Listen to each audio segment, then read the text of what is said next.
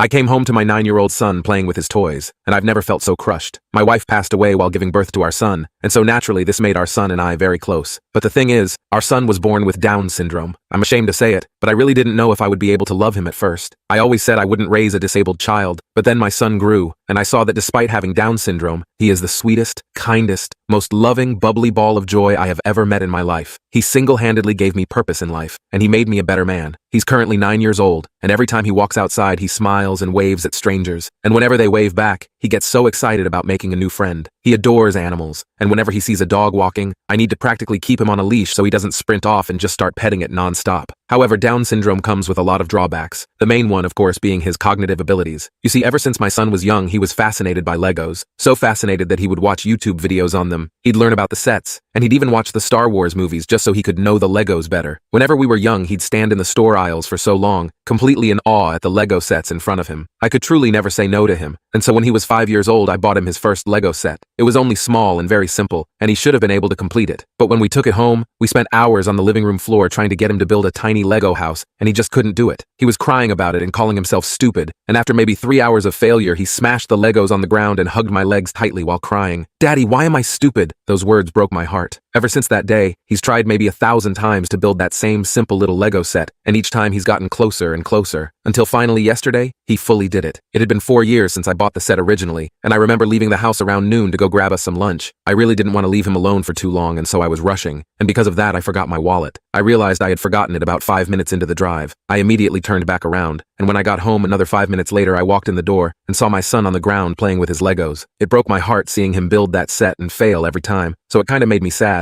But then he turned around. "Come look, Daddy." He sounded excited, which made me very intrigued, and so I walked over, and right as I did, I saw him placing the final piece onto the little house he was building. It was a perfectly built little house. He had stuck every piece of it together himself, and I just looked at it in awe. I looked back at him, and he was just smiling with that same smile that gives me purpose in life. "Do you like it?" he asked me, holding it up in his hands for me to see. "I love it, son," I said, hugging him. We embraced for so long, and after we pulled away, I ruffled his hair and told him that this was the coolest Lego house I had ever seen. He just smiled back and said he was going to build another one, and I went upstairs to cry. This single moment had made me so proud of my son, and if real men don't cry, then I'm not a real man, because I was bawling so hard my son even came up to check on me.